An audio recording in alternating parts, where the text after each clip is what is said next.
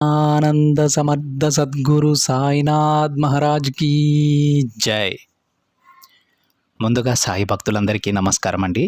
Video చూస్తున్న ప్రతి ఒక్కరిపైన ఆ సాయినాథుని ఆశీస్సులు ఉండాలని, బాబా గారి భక్తులందరూ ఎప్పుడూ కూడా ఆనందంగా సంతోషంగా వారి జీవితాన్ని గడపాలని మనస్ఫూర్తిగా కోరుకుంటూ ఈ వీడియోని స్టార్ట్ చేస్తున్నాను ఫ్రెండ్స్. ఇక ఈరోజు సందేశంలో బాబా గారి విధంగా అంటూ ఉన్నారండి, బిడ్డ ఒక్కసారి వదులుకుంటే పొందలేని అదృష్టం తల్లి ఇది కాదనకుండా అందుకో అని బాబాగారు అంటూ ఉన్నారండి. అంటే బాబాగారి మాటలలోని అర్థం ఏంటి అంటే, ఈ ఒక్కసారి దీనిని విడిచిపెడితే కనుక మళ్ళీ ఈ అదృష్టం నీకు తిరిగి రాకపోవచ్చమ్మా. వెంటనే దీనిని విను తల్లి, నీకు నీ బాబా ఎలాంటి అదృష్టాన్ని ప్రసాదిస్తున్నారో చూడు అని బాబాగారి మాటలలోని అంతరార్థం. అసలు బాబాగారు తన బిడ్డలకి ఏం చెప్పాలనుకుంటూ ఉన్నారో ఆ తండ్రి మాటలలోనే విని తెలుసుకుందామండి. బాబాగారి విధంగా అంటూ ఉన్నారండి, బిడ్డ నీ చేతిని నేను ఎప్పుడూ కూడా విడిచిపెట్టిందే లేదు. అలాగే నేను ముందు ముందు రోజుల్లో కూడా విడిచిపెట్టబోను. ఎందుకంటే నన్ను నమ్ముకొని మనస వాచ కర్మణ ప్రతి నిమిషం కూడా నీకు సంతోషం వేసిన లేదంటే బాధ కలిగిన ప్రతి క్షణం ప్రతి మాట అలాగే నీ ప్రతి కదలిక అన్నీ కూడా నాకు తెలుసు. ప్రతి ఒక్కటి నాతో పంచుకుంటావు.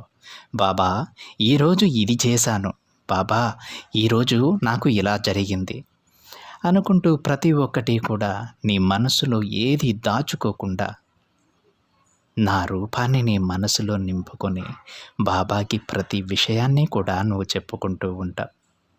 అవును కదా తల్లి, నీ భక్తికి నేను దాసుడనైపోయానమ్మా. ఎందుకంటే నాపై నువ్వు ఏర్పరచుకున్నటువంటి ఆ అపారమైనటువంటి నమ్మకానికి నేను నీకు ఏమిచ్చి రుణం తీర్చుకోగలను చెప్పు.